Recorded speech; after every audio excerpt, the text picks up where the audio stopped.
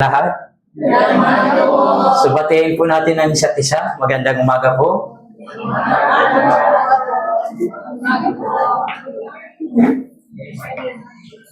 So, kumusta po kayo? Nag-almusal na po ba? So, maraming salamat po kasi unang-una, nabigyan ako ng pagkakataon na makapagbahagi po ng salita po ng Diyos dito po sa Santa Rosa Church. Okay? So, bago tayo mag-umpisa, tayo po muna at yumuko at manalangin. Banal at mahabagin namin naman Diyos na sa amin ay nagmamahal. Unang-una po, lubos po kaming nagpapasalamat sa dakilang biyayang kaligtasan dahil sa iyong mahalagang dugo. Iniligtas mo po kami sa wala hanggang kapahamakan sa impyerno at binigyan niyo po kami ng pagkakataon na maligtas at magkaroon po ng buhay na walang hanggan. Sa oras po na ito, Panginoon, tinipon niyo po kami sa iyong harapan upang patuloy na magpuri at magpasalamat sa biyaya po na ito. Sa oras po na hindi, Panginoon, tulungan niyo po ang bawat isa na nakikinig ng iyong banal na salita. Buksan niyo po yung kanilang puso at bigyan niyo silang pusong mapagpakumbaba upang matanggap po nila yung pagpapala na nais mo pong ipagkaloob sa bawat isa sa amin. Tulungan niyo din po, Panginoon, yung mga kapatiran na papunta pa lang po dito. Ingatan niyo po sila, nawa makarating din po sila at makapakinig ng iyong banal na salita. Tulungan niyo din po, Panginoon, yung mga brothers and sisters na mayroon pong mga sakit. Pakiusap, pagalingin niyo po kagad sila at sa susunod po naming pagtitipon, nawa ay makasama po namin sila sa kanilang sinsirong buhay Kristiyano. Sa oras din po na ito, Panginoon, nihayag niyo po ang iyong mga salita na kinakailangan po namin upang lumago po ang aming buhay pananampalataya.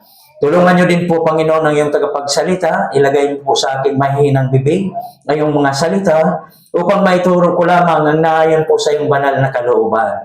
Mula umpisa hanggang sa matapos, ang Espiritu nawang tumilos at tumulong sa bawat isa sa amin. Ito po ang aming dalangin sa pangalan ng Panginoon Jesucristo, naming tagapagligtas. Amen.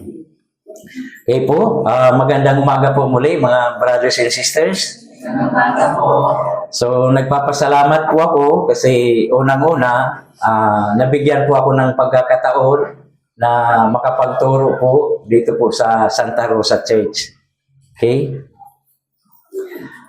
So ngayon buksan po natin ang ating mga Biblia. Kung mayroon po tayong Biblia, buksan po natin ang ating Biblia. Ikalawang Korinto, chapter 4, verse 18.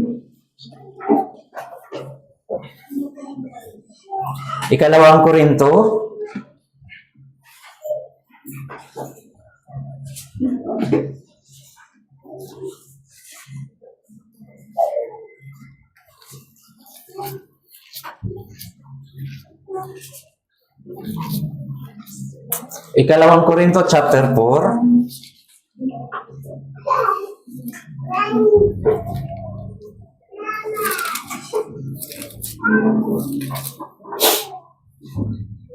Verse 18.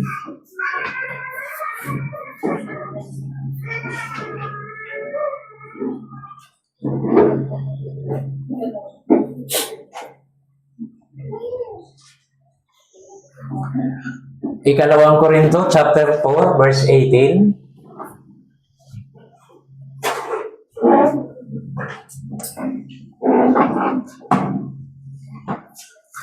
Nakita na ho? So basahin po natin ito ng sabay-sabay. Ikalawang Korinto, chapter 4, verse 18. Basahin po natin ng sabay-sabay. 3, 2, 1. Sapagkat hindi kami tumitingin sa mga bagay na nakikita, kundi sa mga bagay na hindi nakikita. Sapagkat ang mga bagay na nakikita ay may katapusan, subalit ang mga bagay na hindi nakikita ay walang hanggan. Buksan din natin sa Hebreo chapter 12.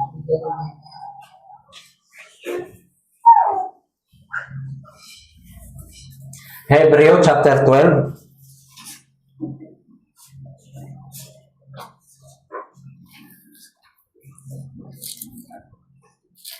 Hebreo chapter 12, verse 27.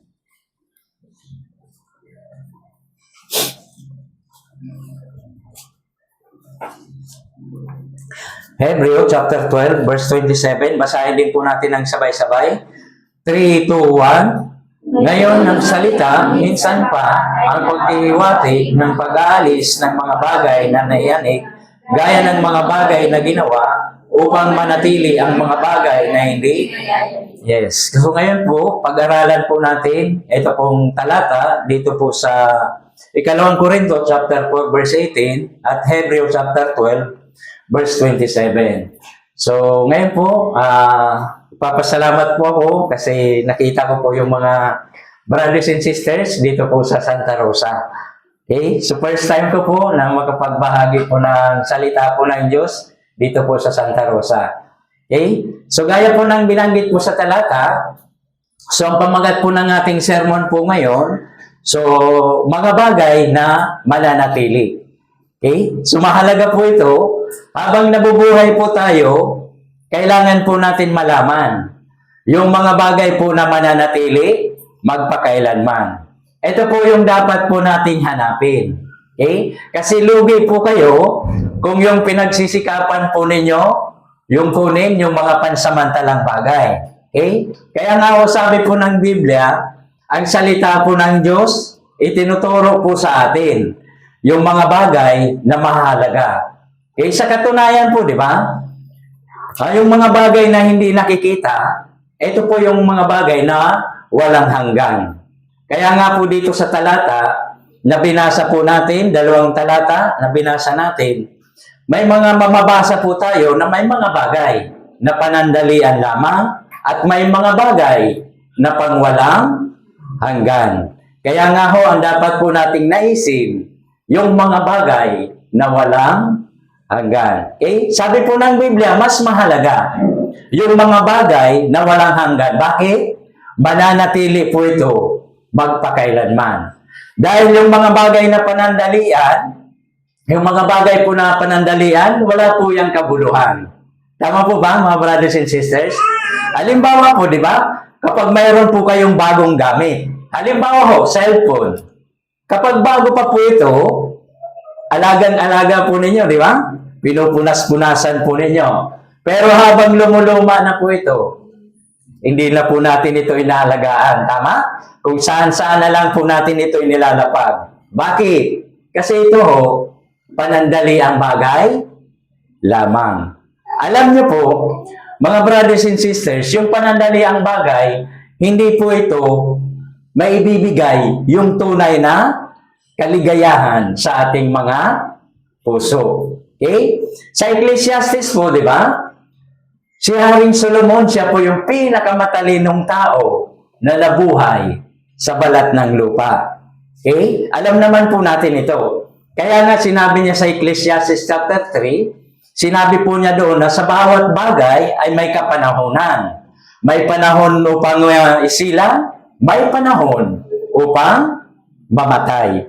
Okay? Kaya nga, panahon ng pagtatayo, panahon ng pag-iba. May kanya-kanya pong panahon. Pero sabi po sa Ecclesiastes chapter 3, verse 11, inilagay na ng Diyos sa ating isip, sa ating puso, yung walang hanggan. Ibig sabihin, yung hanapin po talaga natin, sa puso po natin, yung mga bagay na mananatili ng walang hanggan. Kaya nga ho, palagi pong may puwang po sa ating puso na hindi po napupunan. Tama po ba, mga brothers and sisters? Alam niyo po, ang makapagpupuno po ng desire ng ating pong puso, yung mga bagay na walang hanggan. Kaya ngayon ho, pag-isipan po natin yung bagay po na ito. Yung mahalagang talata. Okay? Kaya ang pamagat ng ating sermon, mga bagay na mananatili. At dapat ito po, yung mga bagay po na ito po yung dapat po nating hanapin. Sapagkat yung mga bagay po na pansamantala lamang ay hindi po nito may bibigay yung tunay na kaligayahan sa inyong puso. Okay? Kaya mahalaga, malaman po ninyo yung mga bagay na mananatili magpakailanman. Isaiah 55, lumang tipan, Isaiah 55, verse 2 hanggang 3.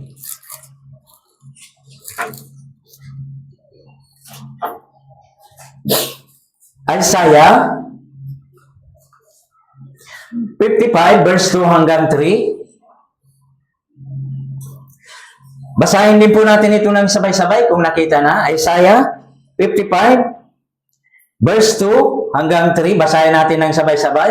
3, 2, 1. Ano't kayo'y gumugugol ng salapi sa hindi pagkain at ng iyong sahod na hindi nakakabusog. Pakinggan ninyo akong mabuti at kainin ninyo kung ano ang mabuti. At malugod kayo sa katabaan. Ang iyong tenga ay iyong ikiling at pumarito kayo sa akin. Kayo'y makinig upang inyong kaluluwa ay mabuhay. Ako'y may pagtipan sa inyo ng walang hanggan.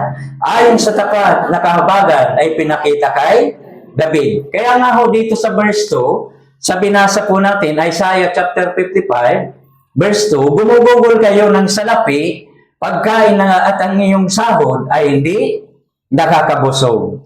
Isip po ng mga tao, hinahanap po nila yung mga nakikita natin sa paligid, yung mga material na mga bagay.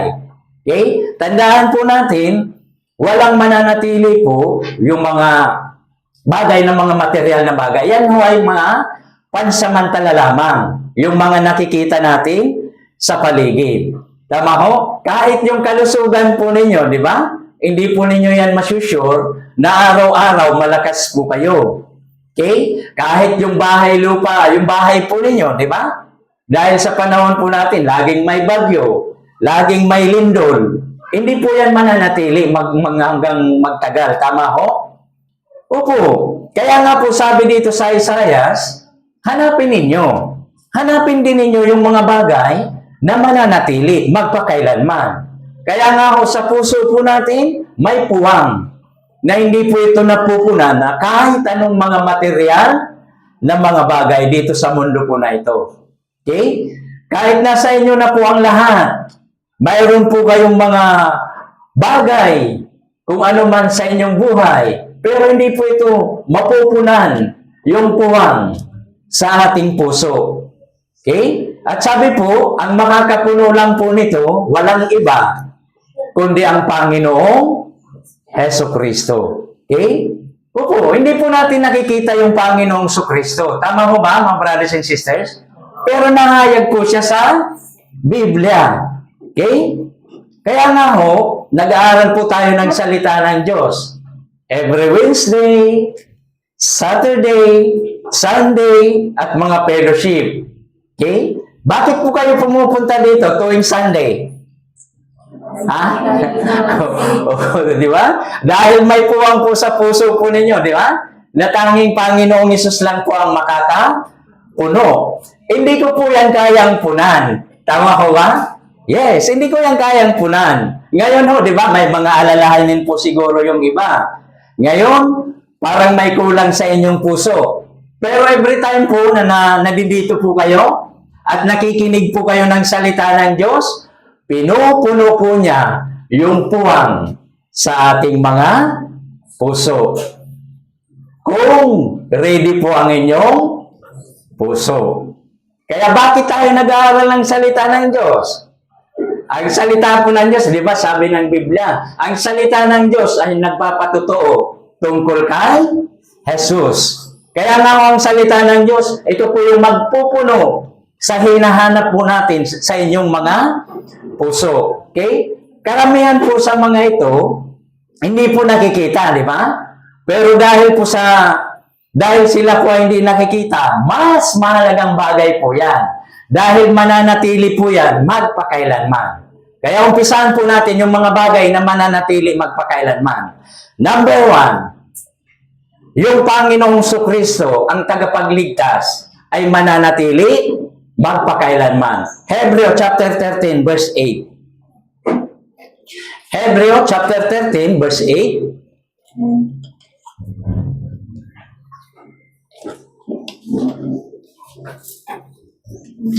Hebreo chapter 13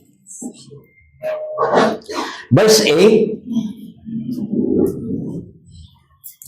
Hebreo chapter 13 verse 8.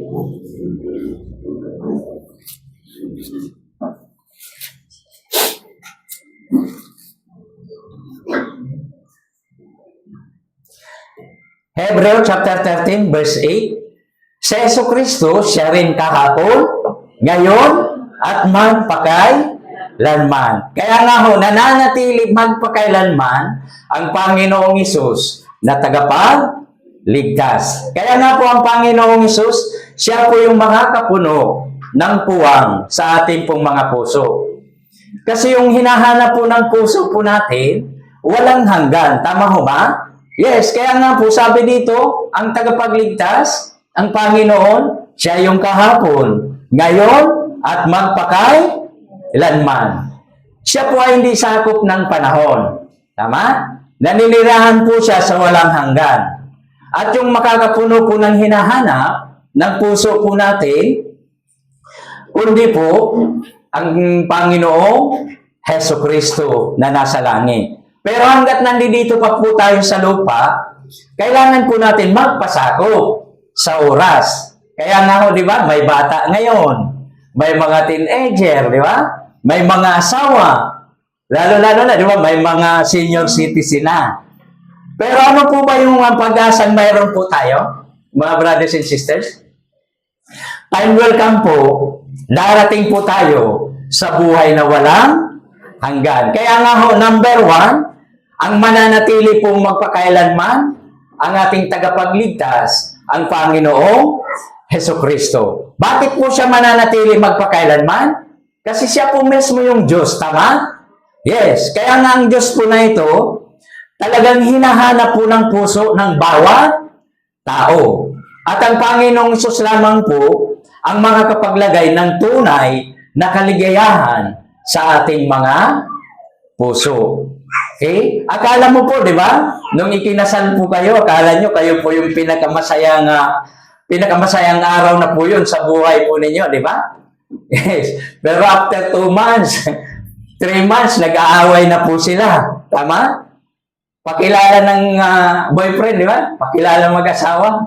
Engineer siya, di ba? Pero nalaman mo, foreman pala. Tama? Yes. Kaya nga unti-unti, di ba? Nadidiscover mo. Kaya nga ho yung tao, hindi tayo napupula ng tao, di ba? Pero sa Panginoong Jesucristo, di ba?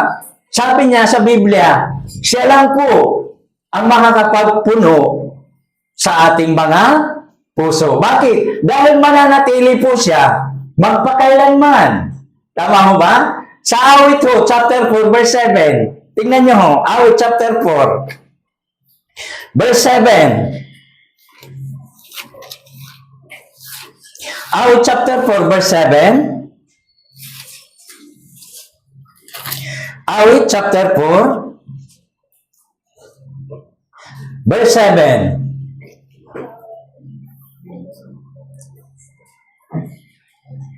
Basahin po natin ng sabay-sabay. 3, 2, 1. Ikaw ay naglagay ng kagalakan sa aking puso kaysa ng kanilang butil at alak ay sagana. Sabi po dito, ikaw ay naglagay ng kagalakan sa aking puso. Tanong ko po mga brothers and sisters, kailan nyo po ba naramdaman yung kagalakan po na ito? Yes, nung naligtas po tayo. Kaya nga nung naligtas po tayo, naramdaman po natin yung kagalakan po na ito sa ating mga puso. Kaya nga ho, nung araw na naintindihan nyo, yung kanyang pag-ibig sa inyo, doon po dumating yung tunay na kagalakan sa ating mga puso. Yung testimony po ni Apostol Pedro, ganon din po. Sa kung mababasa niyo po yung unang Pedro, chapter 1, verse 89, ganon din po yung patutuo ni Apostol Pedro, di ba? Sabi ni Apostol Pedro doon po sa unang Pedro, chapter 1, verse 89, sabi niya, hindi siya nakita, gayon yung inyong iniibig, bagaman ngayon ninyo siyang nakikita, gayon man inyong sinampalatayanan. At kayo nagagalak na may galak, na hindi may paliwanag at puspos ng kaluwalhatian, na inyong tinatanggap ang bunga ng iyong pananampalataya, ang kaligtasan ng mga kaluluwa. Okay? Kaya kailan ho dumating yung tunay na kagalakan sa ating puso? Nung naligtas. At yung kagalakan po na yan, minsan, nakakalimutan po natin. Okay? Pero kung ligtas na po kayo, nandyan na po yan talaga sa inyo pong mga puso, di ba? At kapag Sunday sermon po, natitrigger po yan. At bumabalik po yan ulit, yung kagalakan. Lalong-lalo na po, kapag naririnig po ninyo yung salita ng Diyos. Minsan po sa buhay po ninyo, di ba? Sa buhay natin, maraming problema. Pero nung pumunta ka po dito, nakinig ka po ng salita ng Diyos, dinulungan ka ho ng Holy Spirit na maunawaan po yung kagalakan po na ito. Kaya nga unti-unti, bumabalik po uli. Kaya nga napakalaga po ng salita po ng Diyos. Nare-remind po tayo ng pag-ibig po ng Diyos. Napapaalalahanan po tayo. Kaya nga yung kagalakan, bumabalik po ulit. Okay? Kaya huwag niyo pong isipin yung Christian life po na laging masaya. Tama? Minsan malungkot din. Minsan bumabagsak po tayo. Kaya nga ho, may Sunday sermon po tayo. May Wednesday sermon. Kaya kapag napapaalalahanan po tayo ng dakilang pag-ibig po ng Diyos, bumabalik po ulit yung kagalakan po na ito sa ating pong mga puso. Bakit nandyan na po yan? Okay? Opo, nagsimula po yan nung tayo po ay maligtas. Kaya nga ho yung ating tagapagligtas, ang Panginoong Kristo, mananatili po siya magpakailanman. Kaya nga, siya lang po yung makakapuno sa inyong mga puso sa puwang ng inyong mga puso. Okay? Alam niyo po si Habakuk. Lagi po ninyong itong naririnig, di ba? Napapag-aralan po ninyo ito palagi. Si Habakuk, kahit wala siyang anumang bagay, hindi siya nag-aalala. Bakit? Nasa kanyang Panginoong Hesukristo. Habakuk, tingnan natin. Habakuk.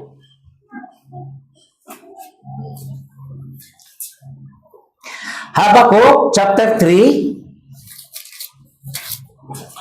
verse 17 hanggang 18. Habakuk, malapit po ito sa Nahum. Habakuk, chapter 3, verse 17 hanggang 18. Tingnan nyo yung patutuo ni Habakuk. Okay? Habakuk chapter 3, verse 17 hanggang 19. Basahin din natin ng sabay-sabay, mga brothers and sisters. 3, 2, 1. Bagaman ang puno ng higos hindi namumulaklak, ni magkakaroon man ng bunga sa mga puno ng ubas, ang olibo ay hindi magbubunga, at ang mga bukid ay hindi magbibigay ng pagkain, ang kawan ay aalisin sa kulungan, at hindi magkakaroon ng bakahan sa mga silungan.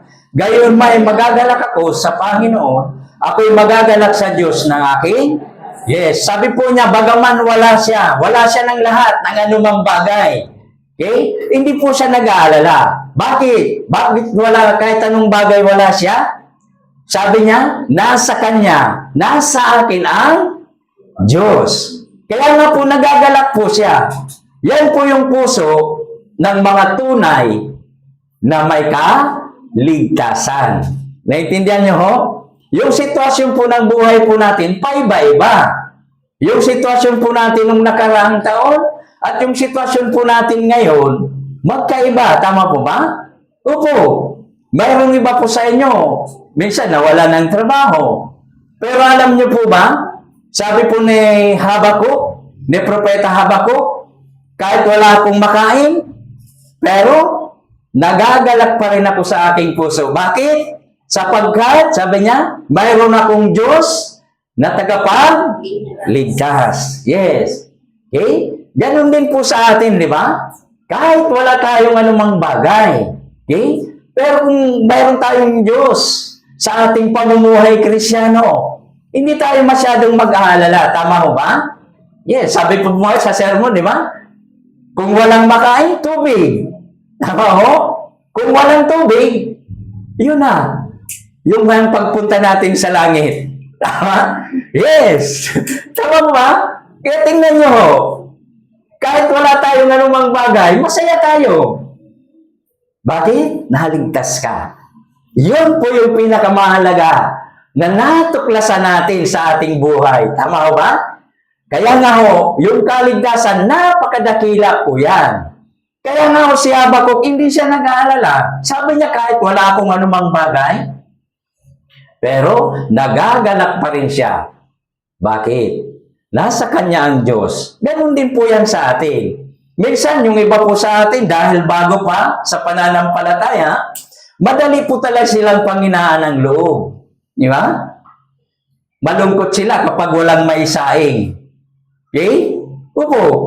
Kaya nga ho, di ba? Sa labas po, di ba? Marami tayong nakikita may mga pulubi. Tama? Pero nakakakain po sila. Masaya din po sila, di ba? Hindi sila nag-aalala, nakangiti. Pero yung pulubi po na yun, buhay pa hanggang ngayon, di ba? Nakakakain pa. Paano pa tayo mga anak po ng Diyos? Okay? Opo. Minsan po kasi, sinasabi natin, anak na ako ng Diyos. Evangelist, Christian na ako.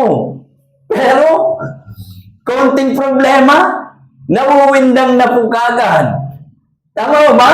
Tandaan po natin yung verse po na ito. Kung mayroon po kayong problema, o mga kinakaharap na sitwasyon o pinagdaraanan, sabi ni Propeta Habakuk, bagaman wala ako ng lahat, ngunit magagalak pa rin ako sa Diyos ng aking kaligtasan. Bakit? Kasi nasa iyo na yung tunay na walang hanggan. Ang Panginoong Isus na tagapagligtas. Okay? Kaya sana huwag natin itong kalimutan. Okay? Hindi po tayo sana mag-alala ng masyado. Hindi na ho yan mawawala. Tama ba? Opo. Iba-iba yung ating sitwasyon. Pero dapat, hindi po mawala yung kagalakan po na ito sa ating mga puso. Hindi ko po sinasabi na hindi na kayo malulungkot, ha? Malulungkot pa rin, di ba? Kaya nga yung ating sitwasyon, minsan malungkot tayo, minsan masaya. Tama ho? Tao lang tayo. Pero, kahit na umiyak po tayo, kahit na mayroon tayong dinaranas na kahirapan, nagagalak pa rin po tayo. Bakit? Nasa atin ang Panginoong Jesucristo. Tama ba? Ako minsan ho sa ministry ko, maraming beses na po akong umiiyak. Okay? Opo, mahirap po ang ministry. Parehas din po ito sa ating Christian life, di ba? Wala po itong pinagkaiba. Minsan umiiyak tayo sa nararanasan nating mga problema. Pero kapag naalala po natin yung Panginoong Jesucristo, nagagalak pa rin po tayo, nakakangiti pa rin tayo, di ba? Yes. Yan po yung tunay na kagalakan na inilagay po ng Diyos sa ating mga puso. Okay? Yes. Kaya nga sabi ni Habakuk, ako'y magagalak sa Panginoon ng aking kaligtasan. Okay? Kaya nga po, minsan dumarating po yung time na bagsak po tayo. Pero sabi po ng Biblia, nakakaawit pa rin po tayo. Dahil mayroon po tayong tunay na kagalakan. Okay? Kung ano po yung laman po ng puso, lalabas po yan. Kahit sa hirap po ng buhay, may tunay tayong kagalakan. Awit 42. Awit 42, verse 8. Awit 42, verse 8.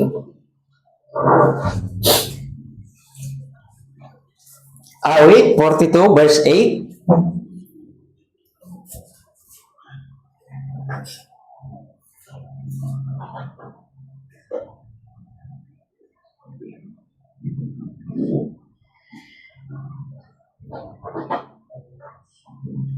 Awit 42 verse 8. Basahin po natin ng sabay-sabay kung nakita na. 3, 2, 1. Kapag ang araw ay inutusan ng Panginoon ang kanyang tapat na pag-ibig at sa gabi ay kasama ko ang kanyang awit, isang panalangin sa Diyos ng aking buhay. Tingnan niyo po. Kapag gabi, sabi dito, kasama ko ang kanyang awit. Anong ibig sabihin po nito? Kung babasahin niyo po yung gawa, yung aklat po ng gawa, nung nangangaral po sila Apostol Pablo at si Silas, ano po yung ginawa sa kanila sa Pilipos? Hinuli po sila, di ba? Kinulong po sila, hinagupit po sila, pinahirapan po sila. Pero ano po yung ginawa po nila ni Apostol Pablo at si Silas? Sa kulungan? Umawit po sila. Okay? Minsan ho, di ba? Minsan active kayo sa church. Okay? Nung naging active po kayo, mas marami pong pagsubok, di ba? Yung iba po sa inyo, maaari na masahe pa, di ba? Galing pa kayong malayo. Okay? Para makarating dito na masahe pa. Okay? Laging nag-aaway po sa loob po ninyo, di ba? Sayang. Pambili ko na sana to ng ulam. Pinamasahe ko pa. Tama ba? Pero tuloy-tuloy lang po kayo mga brothers and sisters. Bakit? Kapag napagtagumpayan po natin yung mga bagay po na ito, mayroon po tayong magandang awit sa ating puso. Okay?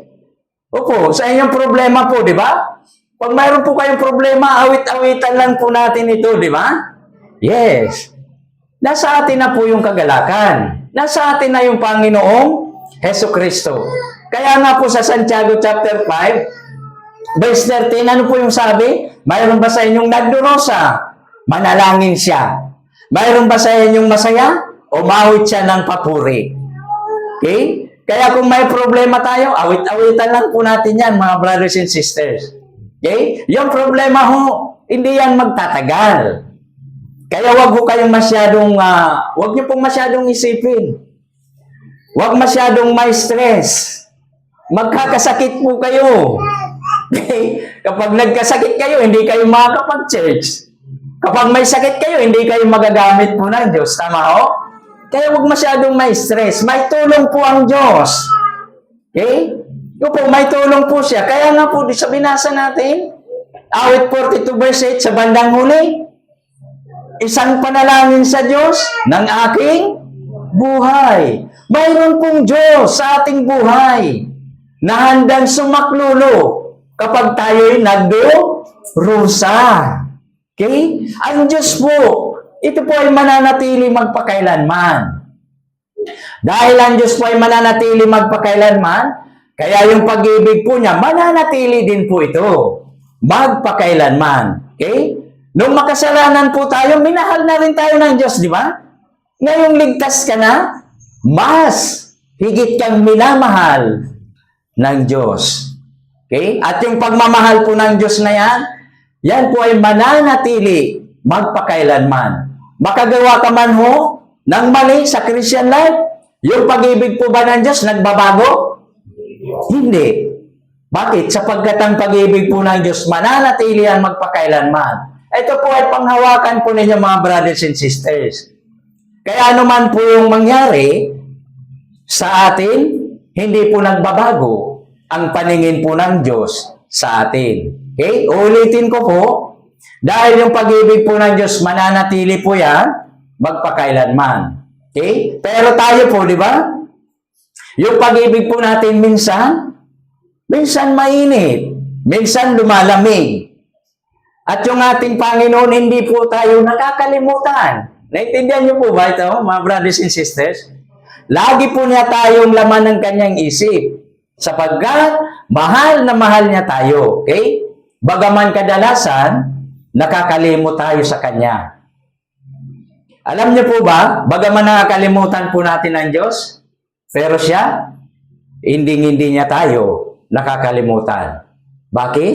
Dahil yung pagmamahal po niya, walang hanggan. Sabi po yan ng Biblia, hindi niya tayo makakalimutan. Okay, tingnan natin, sabi po yan ng Biblia, di ba? Isaiah 49, verse 15.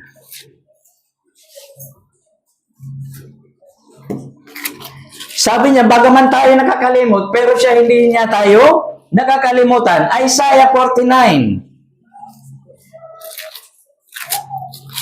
verse 15.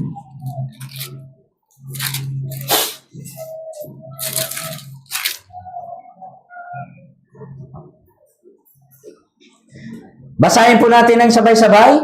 3, 2, 1. Malilimutan ba ng babae kanyang batang pasusuhi na siyang hindi mahabag sa anak ng kanyang sinapupunan? Oo, ang mga ito ay makakalimot, ngunit hindi kita. Tingnan niyo po itong talata, di ba? Yung mga nanay po na nagsilang ng inyong anak, di ba? Napakamahal po ninyo yung inyong mga anak, di ba? Hindi po ninyo nakakalimutan. Pero may mga nanay daw po, maaari nilang makalimutan sila. Makalimutan nila, di ba? Yung kanilang mga anak. Okay? Pero yung Diyos, Hindi kanya makakalimutan. Minsan po yung mga brothers and sisters, mainit. Pero ilang taon, ilang buwan, hindi na ho sila nag-church. Tanong ko po, kinalimutan po sila ng Diyos o hindi? Hindi. Ang puso po ng Diyos, gaya po ng prodigal son, di ba? Yung naglayas, tama ho ba? Opo, araw-araw siyang naghihintay na bumalik yung brothers na ito, yung sisters na ito, kasi hindi niya po nakakalimutan. Okay? Kaya nga ho ang Diyos, gumagamit po siya ng ibang kapatiran para ma-restore yung brothers na ito, yung sisters na ito. Okay? Pero ito po, yung panghawakan po natin. Ang pangako po ng Diyos, hindi kanya kakalimutan. Bakit po? Dahil ang pagmamahal po niya, mananatili po yan, magpakailanman. Paano ba natin ma-apply yung pagmamahal po na ito? Alam na alam po natin ito, di ba, mga brothers and sisters? Ano yung slogan natin ngayong taon? Love? Yes. Yan ang slogan natin, di ba? Pero kapag dumating po yung time na kailangan po natin patunayan sa gawa, minsan bumabagsak po tayo. Paano ito natin ma-apply? Ang Panginoong Hesus, di ba, minahal po tayo. Nung tayo po ay makasalanan pa, si Kristo ay namatay para sa masasama. Ngayong naligtas na tayo, sinabi niya sa atin, mahalin natin ang isa't isa. Magmahalan tayo sa isa't isa. Kasi yung pagmamahal po ng Diyos, nasa atin na yan. Tama? Sabi sa Roma, di ba? Chapter 5, ibinuhos na sa atin ng Diyos sa ating mga puso. Ang pag-ibig ng Diyos, di ba? Ibinuhos na sa ating mga puso. Ang tanong ko po, yung pag-ibig po ba ng Diyos, nasa inyong puso na? Parang dito lang sumagot. Wala sa kabila. Opo, di ba? Nang naligtas po tayo, sabi po ng Biblia, ang pag-ibig ng Diyos, ibinuhos na po sa ating mga puso. Kaya nga ho, di ba? May kakayahan tayong magmahal para sa mga ligaw na kaluluwa. Bakit? Nasa ating puso na yung pag-ibig po ng Diyos. Tama ho? Yes, kaya nga po, di ba? Kapag yung pag-ibig po ng Diyos nasa atin na, mayroon kang kakayahan para mahalin naman yung mga brothers and sisters. Kahit po yan nagkakamali, di ba? Pero dahil may pag-ibig ka ng Diyos, kahit siya yung nagkamali, aaminin mo po ito sa sarili mo. Aakuin mo na lang, di ba? Pasensya na sister, at kung nagkamali. Kaya, sa pagkakataon na yan, doon mo may a-apply yung pag-ibig sa isa't isa. Yung tinatawag natin na love, one, yes. Okay? Kaya nga, hindi na natin yan pinapansin yung mga bagay na nakikita natin sa church, di ba? Ang mahalaga, isa tayo sa church. Kaya nga po, ang pinakasentro po dapat ng ating Christian life, yung pag-ibig. Okay? Yes, dahil namatay si Jesus. Dahil inibig niya tayo. Hindi tayo karapat-dapat sa pag-ibig po na ito, tama? Marami tayong pagkakamali, marami tayong mga ginawang hindi maganda. Pero dahil sa mga pagkakamali po na yon, minahal pa rin tayo ng Diyos o hindi? Minahal. Kaya nga inilagay tayo ng Diyos dito sa church, di ba? Alam niyo po sa church, may kanya-kanya tayong pag-uugali, tama ho? Opo, hindi tayo perfecto. Alam niyo po, kung perfecto tayo, wala kayo sa church. Tama? Yes. Kaya nga ho, inilagay tayo ng Diyos sa church. Bakit? Para maturuan tayo ng Diyos sa ating buhay Kristiyano. Paano lumakad sa ating pamumuhay Kristiyano. Tama mo ba? Yes. Kaya nga yung salita ng Diyos, ito po yung nagpapalakas sa bawat isa sa atin. At ito rin po yung nagpapatatag sa ating buhay pananampalataya. Okay? Kaya tandaan po natin, yung pagmamahal po ng Diyos, mananatili po yan, magpakailanman. Tama ho? Yes. Kaya mga brothers and sisters, mahal niyo po ba yung mga brothers and sisters? Yes. Sabihin niyo po, pwede po ngayon sa mga katabi po ninyo, mahal kita. Yes. Oh, tama ho, di ba? Masaya po, di ba, kapag ang pag-ibig walang pagkukunwari, tama ba? Yes. Dahil ayaw po ng Diyos sa mga taong mapagpakuwari. Ayaw niya yan. Tama? Kaya nga, mahalin po ninyo ang isa't isa. Bakit? Yan yung nagpapatatag sa church. Okay? Pangalawang bagay, yung mananatili magpakailanman, yung kaligtasan. Juan chapter 10, verse 28. Juan chapter 10, verse 28. Juan chapter 10, verse 28.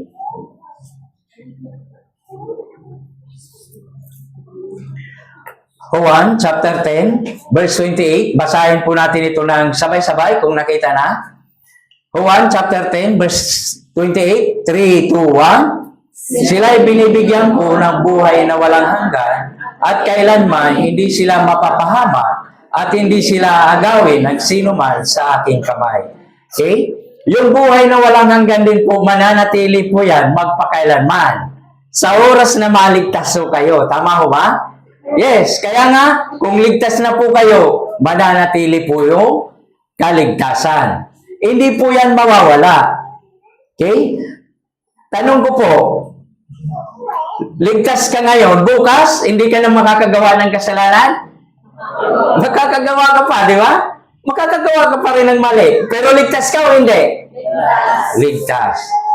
Okay? Ligtas pa rin. Pero po, di ba, may mga grupo na nagsasabi, kapag nakagawa ka ng kasalanan, mali, nawawala yung kaligtasan. Tama ho? Maaari ho. Mamamatay ka na lang, makakagawa ka pa ng kasalanan. Tama? Yes. Pero sabi po, kapag naligtas ka, hindi po yan mawawala yung kaligtasan. Okay? Kahit si Satan ho, hindi yan kayang agawin ni Satan. Yung kaligtasan po natin. Pero ano po yung kayang gawin ni Satan?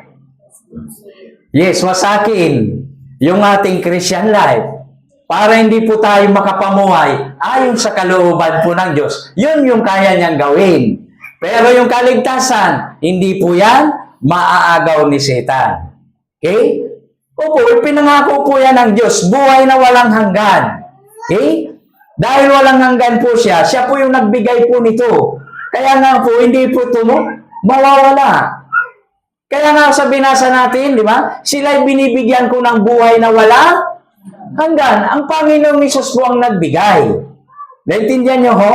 Hindi po sinabi dito sa Biblia, bibigyan ko sila ng buhay na 10 years lang. 15 years lang. Hindi niya sinabi, di ba? Ano sabi niya? Buhay na walang? Yes. Dahil ang tagapagligtas po ay walang hanggan.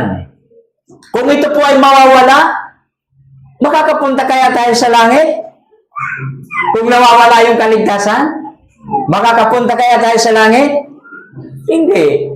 Alam niyo po, kahit naghihingalo ka na, may tendency ka pa makagawa ng kasalanan. Halimbawa, na hospital ka. Tama? Tapos mali yung tusok ng doktor. Ano sasabihin mo? Ano ba, Dok? Dahan-dahan. Di ba makakagawa ka pa ng kasalanan? Tama ho? Yes. Pero ulitin ko po, ang pag-ibig po ng Diyos, yung kaligtasan po na ibinigay niya, walang hanggan. Pangatlong bagay, ang Diyos po ay tapat. Pero ang tao ay hindi tapat. Okay? Kadalasan, hindi tayo tapat. Pero ang Diyos, tapat siya. Tama? Ikalawang Timoteo, chapter 2. Pangatlong bagay, ang Diyos po ay tapat, walang hanggan. Ikalawang Timoteo chapter 2. Ikalawang Timoteo chapter 2, verse 13. Ikalawang Timoteo chapter 2 verse 13. Basahin din po natin ito lang sabay-sabay. 3, 2, 1. Kung tayo hindi tapat, siya'y mananatiling tapat sapagkat hindi niya may pagkakaila ang kanyang. Yes. Kaya nga po ang Panginoon ay tapat po siya.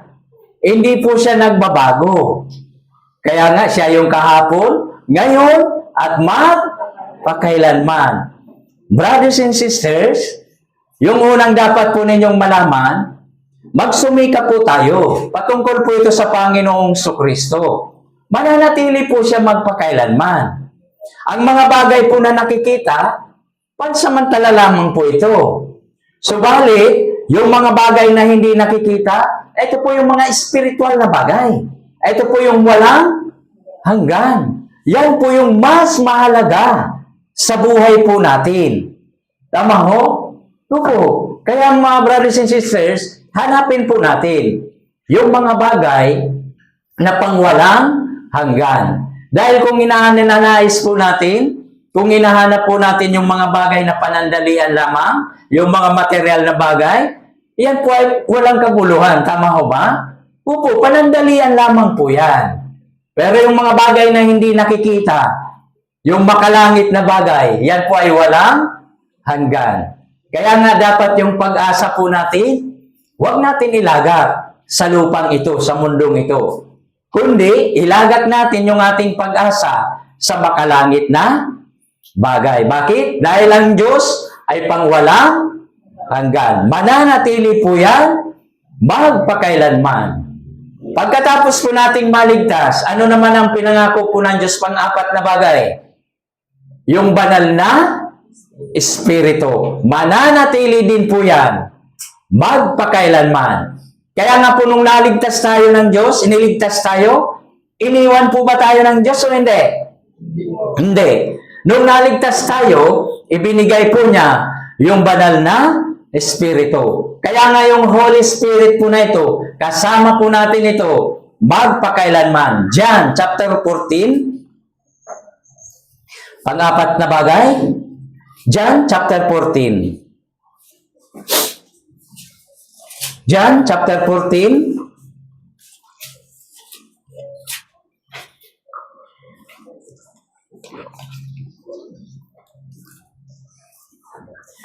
Verse 16 hanggang 17. Pang-apat na bagay, pinagkalooban po tayo ng banal na Espiritu, Holy Spirit. John chapter 14, verse 16 hanggang 17. Basahin po natin ng sabay-sabay. 3, 2, 1. At iingin ko sama at ako ibibigyan niya ng isa pang mga aliw upang makasama ninyo siya magpakailanman. Ito ang espiritu ng katotohanan na hindi kayang tanggapin ng sanlibutan. Sapagkat siya ay hindi nito nakikita at nakikilala man, siya ay nakikilala ninyo sapagkat siya ay nananatili kasama ninyo at siya ay mapapa. Tingnan niyo yung talata, di ba? Siya ay mananatili sa inyo at siya ay mapapa. Kaya nga yung Holy Spirit, nung naligtas po tayo, nung naunawaan po natin yung dakilang biyayang kaligtasan po na ito, nasa atin na yung Holy Spirit. Okay? Opo. Kaya nga, kung makakalimutan po ninyo na nasa inyo yung Holy Spirit, mas madali kayong makakagawa ng kasalanan. Naintindihan niyo ho? Opo. Minsan ho, nakakalimutan po kasi natin ito. Kaya mabilis tayong mahila ng tukso ng sanlibutan. Okay? Alalahanin nyo, nasa atin po yung banal na Espiritu. Pwede ba natin sabihin, Holy Spirit, dyan ka muna. Magsasabong muna ako. Pwede ba yun? Ah? Pwede hindi? Hindi. Holy Spirit, dyan ka muna sa bahay, ha? Kasi mag-beaver house muna ako. Pwede kaya yun? Hindi. Malulungkot. Yung Holy Spirit, di ba? Yes. Kaya nga ho, tandaan po natin, yung mga aliw, yung Holy Spirit, nasa atin po yan. Nung araw na kayo po ay naligtas. Para maintindihan po natin, nung naligtas po tayo, yung banal na dugo ng Panginoong Kristo, di ba? Yun po yung tumubos po sa atin. Kaya nga yung espiritong patay dahil sa kasalanan, nung araw na naintindihan ho natin yung walang hanggang katubusan, past, present, future sin, tubos na lahat, wala nang bisa yung kasalanan sa atin. Yun po, yung time na dumating at naunawaan mo sa puso mo na dumating na yung Holy Spirit. Bakit? Sa harap ng Diyos, wala ka ng? Okay. Sa harap ng kapitbahay, may kasalanan ka, wala? Mayroon. Oo. Pero sa harap ng Diyos, sa mata ng Diyos, wala ka ng? Yun po yung pinakamahalaga. Okay? Yes. Sa puso mo, nanampalataya ka. Kaya, dumating sa iyo yung banal na Espiritu. Kaya ito po yung mahalaga na malaman po natin. Bakit? Kasi minsan ho, mga brothers and sisters, minsan, nakakalimutan po natin ito. Okay? Pero ang mahalaga, tandaan po natin, mahal tayo ng Diyos at yung banal na Espiritu, nasa atin na po ito. Hindi tayo niya iiwanan. Okay? Opo. Alam niyo po ba, mga brothers and sisters, sa tingin niyo po ba, yung pagmamahal po ng Diyos sa pagbibigay lang po ng mga material na bagay, mga physical na bagay? Hindi ho. Hindi lang po yan. Mas mahalaga po yung mga spiritual na bagay. Okay? Opo. Ibinibigay po yan sa inyo ng Diyos, kaya asamin po natin yung mga bagay na mananatili magpakailanman. Okay? Opo. At hindi po yan pansamantalang bagay. Pangwalang hanggan po yan. Okay? Opo. Kaya nga o minsan, nangihina tayo. Bakit? Dahil po sa mga pisikal na bagay. Huwag ho. Alam ko po may emosyon po kayo. Pero tandaan po natin, mayroon po tayo mang-aaliw. Kailangan nyo pong maaliw. Bakit? Bakit kailangan yung maaliw? Dahil minsan nalulungkot po tayo kadalasan, di ba? Pero ang Diyos po, pagkatapos niya tayong niligtas, hindi niya tayo nilubayan. Okay? Nasa atin po yung Holy Spirit. Ang Holy Spirit na ito, ang siya pong nag-aaliw sa atin. At yung Holy Spirit po na ito po yung nagtuturo sa atin. Nag-guide po sa atin, di ba? Gaya ng awit. Chapter 105, di ba? Ilawan sa aking mga paa ang salita mo. Tama po ba? Kaya nga yung salita ng Diyos, guide po natin ito. Okay? Alam niyo po, kapag nasa madilim po kayo sa kwarto, halimbawa madilim, may nakikita kayo, wala? Wala. Kaya nga ho, kapag madilim, hindi natin makikita yung mga bagay na kalooban po na Diyos. Tama ho ba? Bakit nasa madilim po tayo? Okay? Opo. Pero kung nasa liwanag tayo, dahil ang salita ng Diyos ay liwanag, i-guide ka nito. Tuturuan ka nito. Tama ho? Dahil ang salita, liwanag sa landas mo. Kaya guide po natin yan. Okay? Kaya nga po yung Espiritu, yung Holy Spirit, nasa atin po ito. Dahil kapag hindi nyo po alam nang yung Holy Spirit po ay nasa inyo, kaya yung Christian life po ninyo, napakahina. Pero kung alam po ninyo yung nariyan lang siya, siya talaga, lalakas yung ating buhay, Krisyano. Kaya nga ho, nandyan yung Holy Spirit. Kasama po natin siya palagi. Awit 23. Awit chapter 23, verse 1 and 4.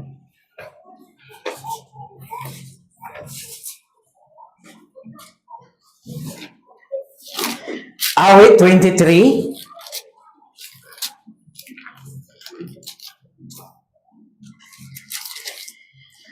Verse 1 hanggang 4. Awit 23. Verse 1 hanggang 4. Basahin din po natin ng sabay-sabay kung nakita na ho. Awit 23, verse 1 and 4. Basahin natin ng sabay-sabay. 3, 2, 1. Ang Panginoon ay aking pastor, hindi ako magkukula. Ipinahiga niya ako sa luntiang pastulan. Inaakay niya ako sa tabi ng mga tubig na pahingahan. Pinanunumbalik niya ang aking kaluluwa. Inaakay niya ako sa mga landas ng katuwiran, alang-alang sa kanyang pangalan. Bagaman ako'y lumalakad sa libis ng lilim ng kamatayan, wala akong katatakutan, kasamaan, sapagkat ikaw ay kasama ko, ang iyong pamalo at ang iyong tungkol, inaaliw ako ng mga, tingnan niyo ho, kaya nga ho yung Holy Spirit, mananatili ho yan magpakailanman. Okay? Inaaliw na po tayo. Sabi ho ni Haring David sa verse 4, bagaman nasa kamatayan na tayo, sino po yung nag-aaliw sa atin? Ha? Ang Diyos, di ba? Yes. Bakit? Maging sa kamatayan, kasama natin siya. Naintindihan niyo ho ba? Opo. Sino po yung pinakamiserabling tao kapag namatay? Na nag-iisa. Sino ho? Yung mga taong kapag namatay na nag-iisa, sila yung mga taong hindi ligtas. Pero tayo pong mga taong naligtas, kapag namatay po tayo, kahit naghihingalo na po tayo, kasama natin ang Diyos. Yan po ang kaibahan. Naintindihan nyo? Yes. Papasok na po tayo sa Panginoong Jesus. Dapat maging masaya po tayo. Kaya yung mga Krisyano, hindi tayo takot mamatay. Tama ho ba? May mga Krisyano po ba takot mamatay? Ayaw nyo, makikita nyo na po ang Diyos. Wala nang hirap, di ba? Sa lupang ito, di ba? Maraming hirap. Marami sa inyo, di ba? Mga arthritis. Tama? Oo. Ang hirap po dito sa lupa, di ba? Edad mo pa lang 40, ang dami mo ng rayuma. Okay? Masakit na yung tuhod. Oo. Pero pagdating natin sa Panginoon, wala na hong kapigatian, di ba? Wala nang arthritis. Okay? Wala na ho yan. Dito lang yan sa lupa, di ba? Kaya kahit nakakaranas tayo ng hirap o anumang sakit, huwag mo kayong mag-alala. Masaya pa rin po tayo, di ba? Nagagalak pa rin tayo. Kaya nga po yung mga Krisyano, hindi yan takot mamatay. Tama ho? Yes. Takot ba kayo mamatay o hindi? May granada ako dito. Huwag naman evangelist. Alam niyo ho, hindi tayo takot mamatay. Tama? Bakit makakapiling natin ang Diyos? Kaya nga si David ho, ito yung pinatuturo ni David. Sabi niya, bagaman ako'y nasa libis ng kamatayan, ito po yung paglalakbay na, di ba? Opo. Yung mamamatay ka na, inaaliw ka po ng Diyos. Bakit? Kasama natin siya. Yung Holy Spirit po, nasa atin. Hindi na po yan mawawala. Okay? Kaya nga ho, walang hanggan po siya, di ba? Hindi yan mawawala. Kaya nga yung Holy Spirit, sasamahan ka niya hanggang sa mamatay tayo. Hanggang nasa langit tayo, kasama natin ang Diyos. Yan po yung kaibahan natin sa mga taong hindi ligtas. Sila kapag namatay, hindi nila kasama ang Diyos. Pero tayo mga born again Christian, kapag namatay, kahit naghihingalo ka na, aalalayan ka at kasama natin ang Diyos. Yun po yung lamang natin sa kanila. Kung ganon, anong gagawin po natin? Aayaan na ba natin yung mga mahal natin sa buhay na hindi maligtas? Hindi. May responsibilidad po tayo, tama? Malaki ang responsibilidad po natin. Kaya nga po, di ba? Nung naligtas tayo, mayroon din tayong pusong nagkukusa para sa gawain ng Panginoon. Hindi po ito sa pilitan, di ba? Bakit? Naintindihan mo na kung gaano kadakila yung biyaya ng kaligtasan. Kaya nga, may pag-ibig na ibinuo sa ating mga puso. Kaya nga, may puso ka din handang magsakripisyo para gawin yung lahat ng bagay para sa Panginoon. Yan po yung mga Kristiyano na ligtas. Naintindihan niyo ho ba? Yes, may puso tayong ganito. Okay? Kaya huwag niyo hong ahayaan yung mga mahal niyo sa buhay na hindi pa naliligtas. Ako po, may mahal pa ako sa buhay na hindi pa naliligtas, pero hindi ako sumusuko. Hanggat buhay, hanggat may pag-asa, lagi ko pa rin ini-evangelize yung aking mahal sa buhay. Bakit? Ayaw ko rin siya mapunta sa impyerno. Kaya nga yung mga Kristiyanong nakaintindi ng biyaya po ng Diyos, may puso po siyang handang gumawa para po sa Panginoon. Okay? Bakit? Mamatay man tayo, kasama natin ang Diyos. Yan po yung tandaan po natin. Okay? Kaya nga, huwag sana tayong makita ng mga nakapaligid po sa atin. Kristyano na po tayo. Huwag sana tayong makitaan na parang basang sisiw. Hindi sila maniniwala sa atin. Tama ho? Hindi sila makikinig sa atin. Alam niyo po, kapag ligtas ka, makikita yan ho sa mga nakapaligid po sa inyo. Kahit may problema ka, magtataka sila. Bakit?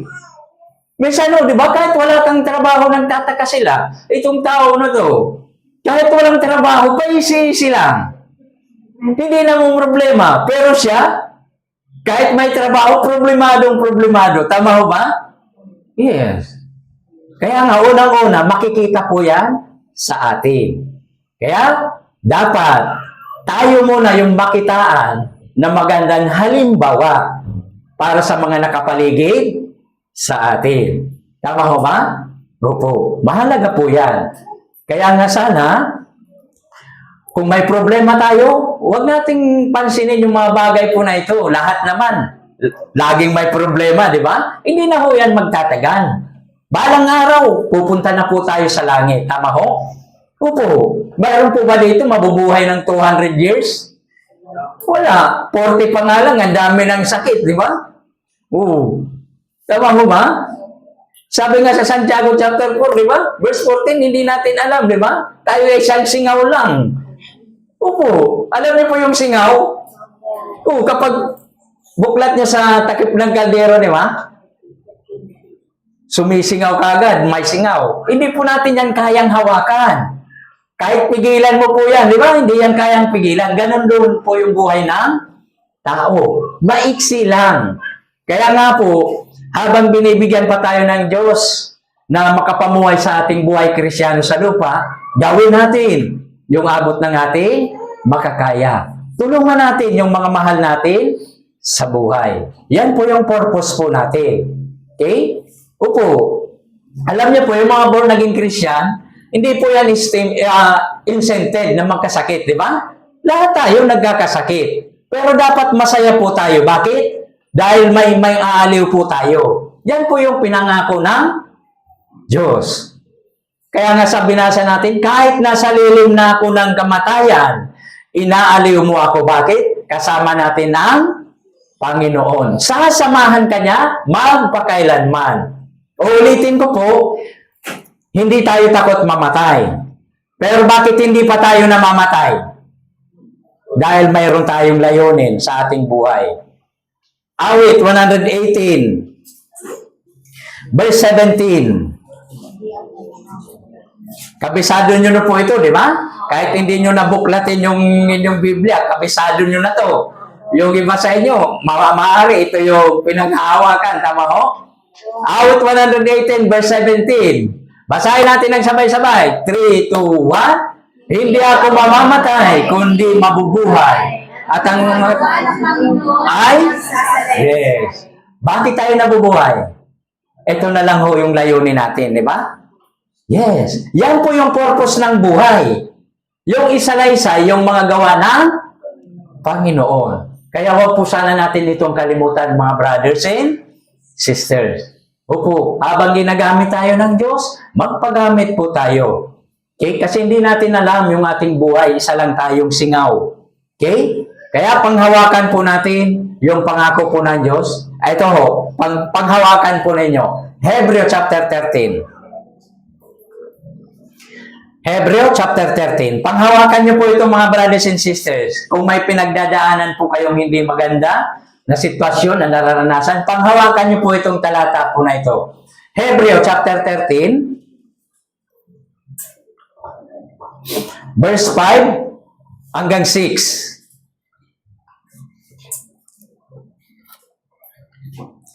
Hebreo chapter 13, verse 5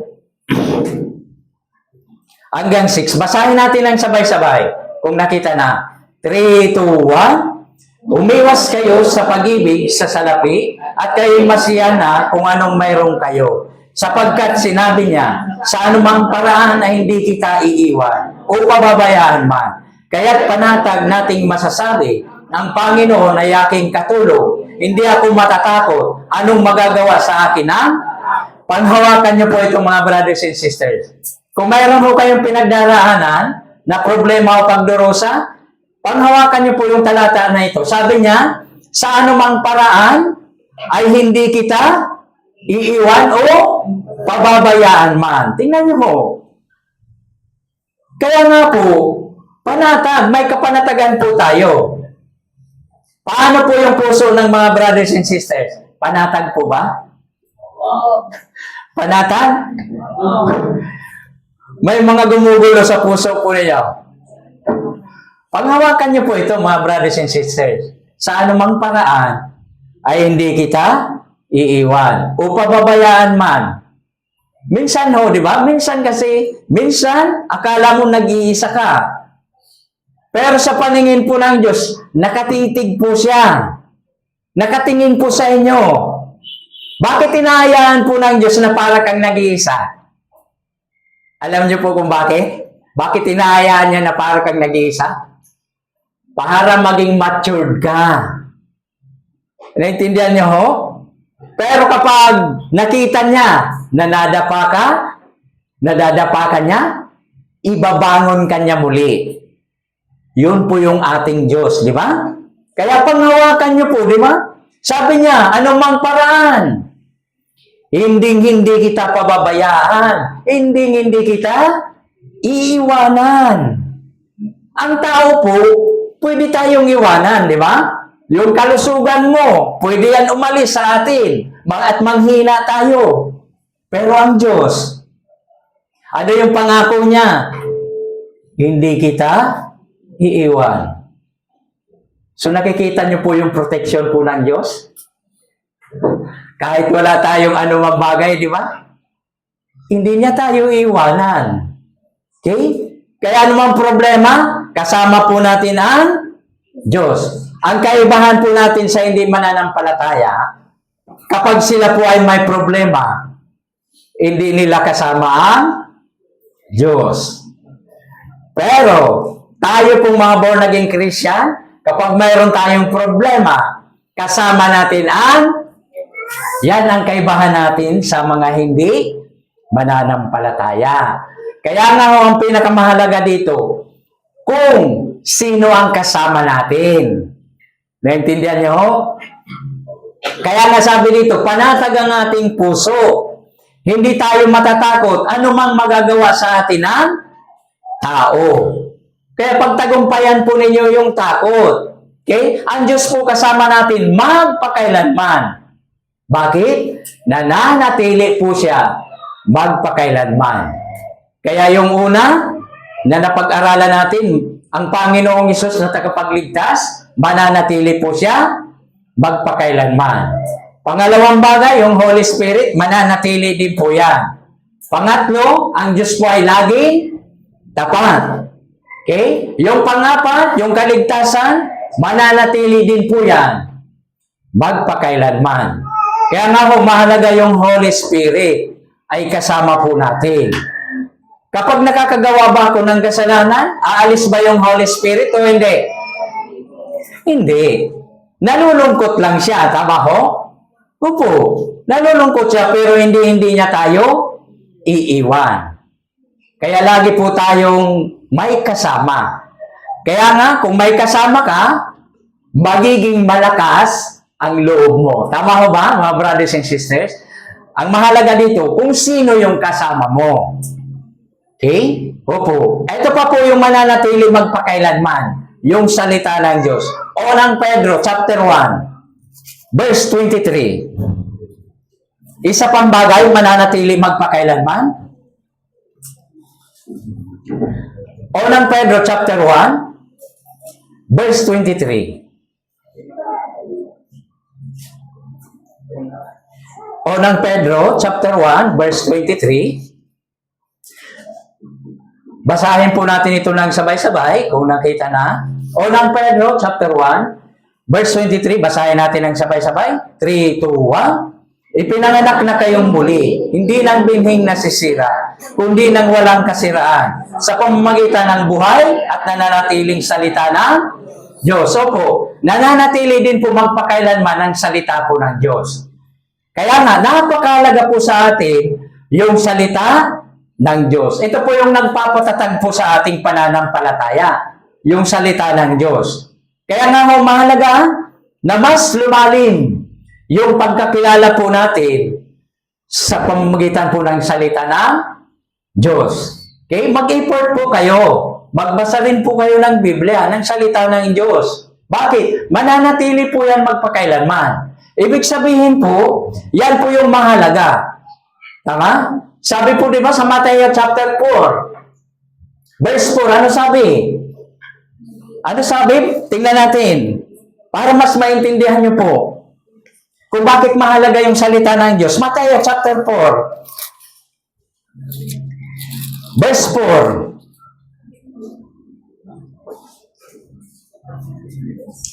Matthew chapter 4, verse 4. Basahin natin ng sabay-sabay. 3, 2, 1. Ngunit siya'y sumagot, nasusulat, hindi kinakailangan mabubuhay ng tao, kundi sa bawat salitang lumalabas sa bibig ng Diyos. Gaano ho kahalaga yung salita ng Diyos sa mga born-again Christian? Napakahalaga. Okay? Sabi ho, hindi lamang sa tinapay nabubuhay ang tao. Sabi po ng Biblia, hindi lang dapat tayo mabuhay sa mga pagkaing pisikal. Sabi ng Biblia, dapat mabuhay din tayo sa salita ng Diyos. Dahil mahalaga ho yung salita ng Diyos sa ating buhay, Kristiyano. Okay? Ilang beses kayo kumakain sa isang araw sa pisikal? Di ba? 3, 4. Matutulog na lang. Kakain pa, di ba? Opo. Ang tanong ko po sa inyo, ilang beses niyo po pinapakain yung inyong espiritu? Ayun lang. Sabi, ayun lang. Oh, mahalaga ho. Di ba? Araw-araw ho, magbasa kayo ng Biblia. Kahit isang chapter po. Pagkagising niyo po sa umaga, ano ho yung unang dinadampot po ninyo? Oh, cellphone, di ba? Opo. Araw-araw ho, paggising niyo sa umaga, manalangin, basahin yung Biblia. Kahit isang chapter ho, kung yun yung kaya mo, at least binabasa mo. Tapusin niyo ho ang Biblia basahin. Opo. Kaya nga, hindi lamang sa tinapay na bubuhay ang tao, hindi lang sa pandesal na mainit na pandesal, tama? Opo. Kundi, dapat mabuhay din tayo sa salita ng Diyos. Bakit? Ang salita po ng Diyos, may kapangyarihan po yan upang patatagin po yung ating mahihinang pananampalataya.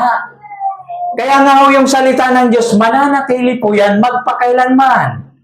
Ano po yung dapat natin gawin? Mga brothers and sisters, John chapter 6, verse 27. Ano po yung dapat natin gawin? John chapter 6,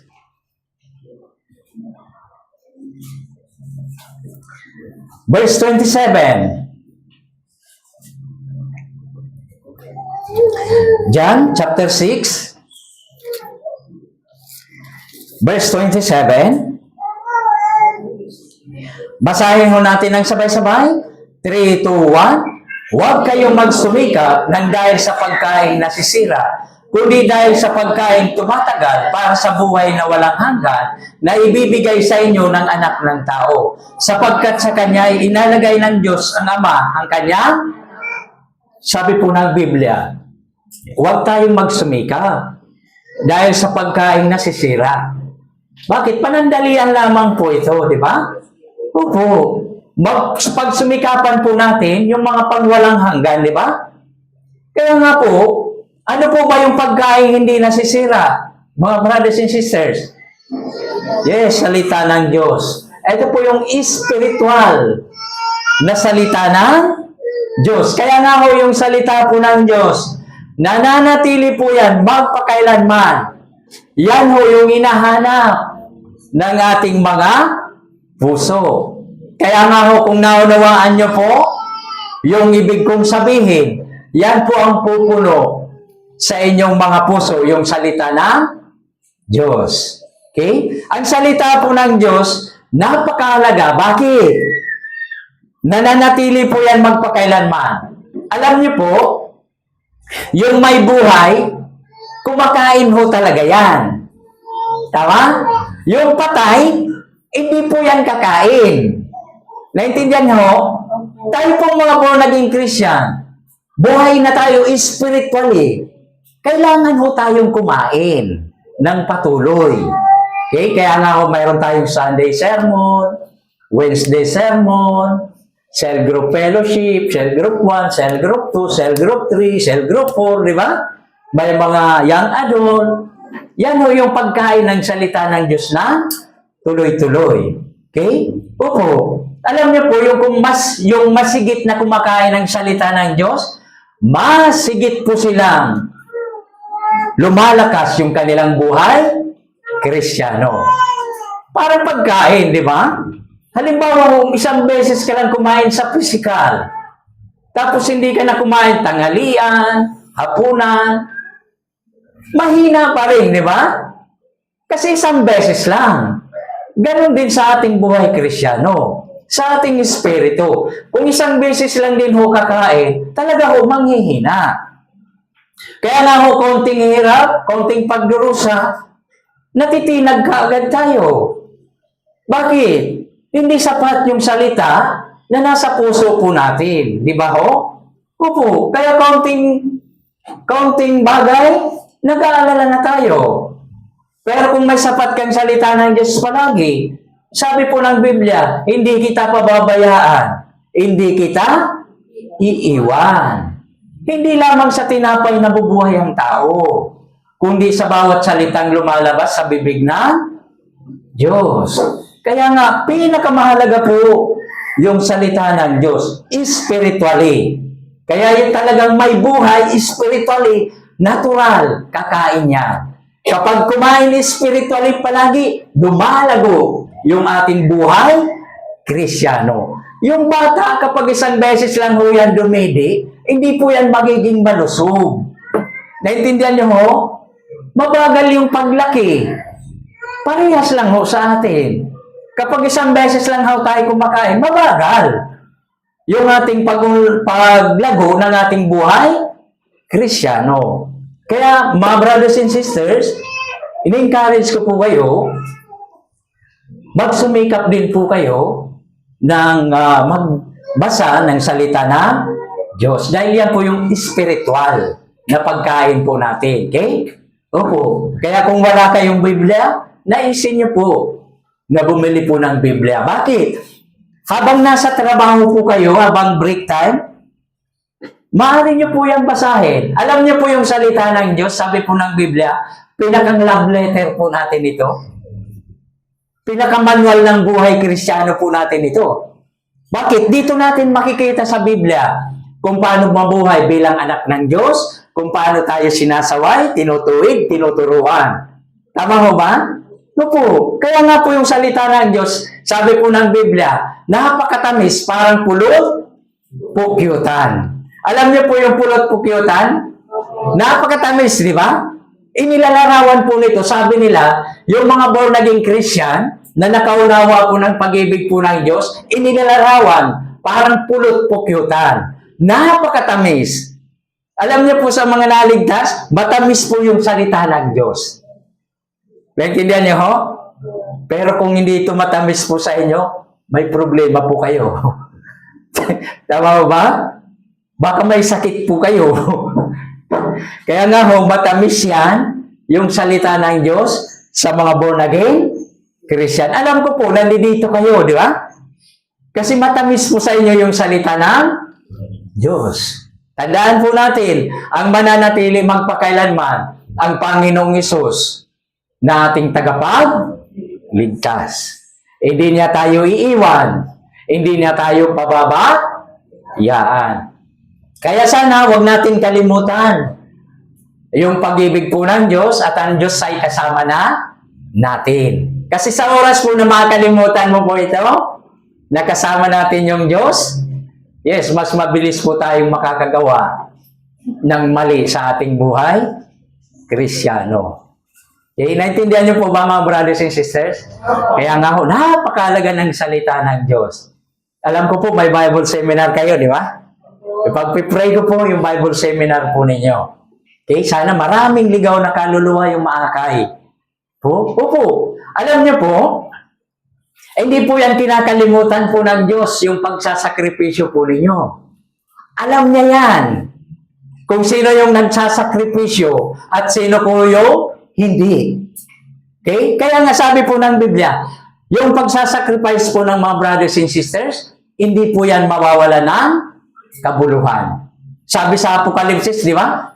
Sa pagbabalik ng Panginoon, dala niya yung kanyang gantimpala. Ayon sa inyo, kung paano kayo namuhay pagkatapos maligtas. Ayon sa inyo, ginawa. Tandaan ho natin. Huwag sana tayong pagdating natin sa langit manghinayang tayo. Sana ginawa ko yung best ko nung nabubuhay pa ako. Okay? Bakit yung gantimpala po, pang walang hanggan po yan? Naintindihan niyo ho? Opo. Kaya nga sabi ng Biblia, pagbalik ng Panginoon, dala niya yung ating gantimpala. Bawat isa, ayon sa ating ginawa. Kaya nga, kailangan natin i-check yung ating Christian life. Sana gumawa ako para sa Panginoon. Bakit? Diyan ho natin mabibigyan ng kasiyahan yung Panginoon. Kapag nakapag-akay ka ho, kahit isang ligaw na kaluluwa, diyan mo siya mabibigyan ng lugod, kasiyahan. Opo. Naintindihan niyo ho? Kaya nga, hanapin muna ang kanyang kaharian, ang kanyang katuwiran. At ang lahat ng mga bagay na ito ay pawang idaragdag sa inyo. Matthew chapter 6 verse 33. Hanapin muna yung kaharian. May kondisyon, di ba? Unahin muna siya. Yung kaharian ng Diyos, unahin muna. Hindi ka pa nagsasalita, ano man yung pangangailangan mo, siya na mismo ang magbibigay po sa inyo. Idaragdag po yan sa inyo ng Panginoong Hesus Kristo. Naintindihan niyo ho? Yes. Kahit nga buhok natin sa ulo, bilang na, tama? Hindi natin kayang bilangin yung buhok sa ulo. Pero hindi ibig sabihin ito, wala nang ginagawa ang Diyos. Hindi ibig sabihin, binibilang na lang ng Diyos yung buhok natin sa ulo. Hindi. Hindi ka pa nagsasalita, alam na niya. Naintindihan niyo ho? Yes. Kaya unahin muna yung kaharian ng Diyos. Yan yung kondisyon. Para mabigyan natin ng kaluguran at kasiyahan ang Diyos. Naintindihan niyo po ba, mga brothers and sisters? Yes. Kaya una, mananatili magpakailanman ang Panginoong Hesus Kristo. Siya ay tapat magpakailanman. Yung Holy Spirit na ibinigay, magpakailanman yan. At yung kaligtasan, binigay din po yan, magpakailanman. At yung last, yung salita ng Diyos, magpakailanman po yan. Bakit? Spiritual na pagkain ng mga born again Christian. Yan ho yung magpapatatag sa atin at yan din yung magpapalago sa ating buhay Kristiyano. Okay? Maraming salamat po sa inyong pakikinig na talagang di po kayo natutulog. Okay? Yes. Kaya sana magkita-kita pa tayo kung mabigyan pa ako ng pagkakataon na magbahagi pa ng salita dito sa Santa Rosa. Sana ho, makita ko pa kayo at mas lumago pa po kayo, okay? Opo. Kung mauna kayong mamatay, hintayin niyo ako sa langit. Tama ho? Yes. Kung ako mamatay, hintayin ko rin kayo sa langit, tama? Opo, ganun lang ho ang buhay. Tama? Masaya tayo. Bakit? May Diyos tayo. Sabi nga ni Habakuk, di ba? Opo, kahit wala akong anong bagay, kahit wala akong anuman dito sa lupa, pero nagagalak ako. Bakit? Nasa akin ang Diyos na tagapag. Yun ho dapat natin panghawakan. Sa anumang bagay, hindi kita iiwanan. Hindi kita pababayaan. Naintindihan niyo ho? Maraming salamat. Manalangin na po tayo. Banal at mahabagin namin naman Diyos, maraming salamat po. Unang-una sa dakilang biyayang kaligtasan po na ito na ipinagkaloob po sa amin. Ngayon po, napag-aralan po namin yung salita ng Diyos na makapagbibigay po sa amin ng kalakasan spiritually. Kaya tulungan niyo po, Panginoon, yung brothers and sisters ng Santa Rosa Church, bigyan niyo po sila ng kalakasan spiritually at maging physical man po. Panginoon, tulungan niyo po sila sa gaganapin po nilang Bible seminar. Tulungan niyo po ang bawat brothers and sisters po dito na gamitin niyo po sila ng napakainam at maimbitahan po nila yung mga mahal nila sa buhay at makakay po nila dito sa Bible seminar upang mabigyan po ng buhay na walang hanggan. Kaya Panginoon, gamitin mo po ang bawat isa po sa amin. Ibinabalik po namin ang papuri at pasasalamat sa iyong pangalan. Ito po ang aming panalangin sa pangalan ng Panginoon Kristo, namin tagapagligtas. Amen. Maraming salamat po.